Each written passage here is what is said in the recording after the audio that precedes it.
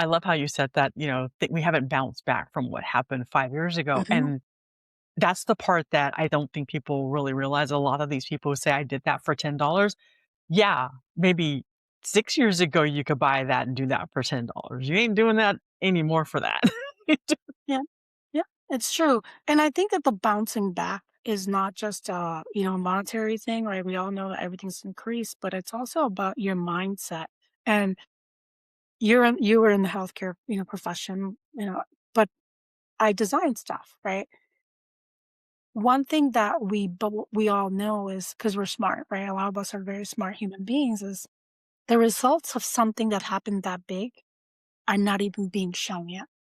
We are going to have to wait another 5 years for all the Mhm, results, all the tests, all the studies to come through, and we're going to finally start seeing what that big thing did to us.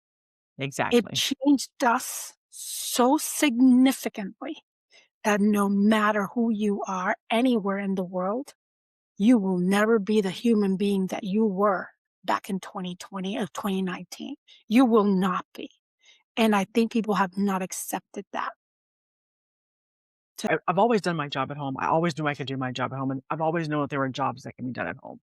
When that mhm. happened and the world shut down and we proved that you did not need to be in an office, Yep. should have been a light bulb moment for a lot of people. But what it did was they said, I'm sorry, we're gonna make all these people come back into an office and go back to that traditional mindset of, nope, you can't govern your time like we can when we micromanage you in the office and watch every single freaking thing that you do. I saw people whose productivity went through the roof being at home, not having to commute into the office an hour to 2 hours each way and all this stuff. And it was like anything that came out of it that was good, they just completely negated it and tried to go back to the status quo where they could just micromanage and put you under the thumb. And people changed in that time. People realized what was more important to them and their time was more important.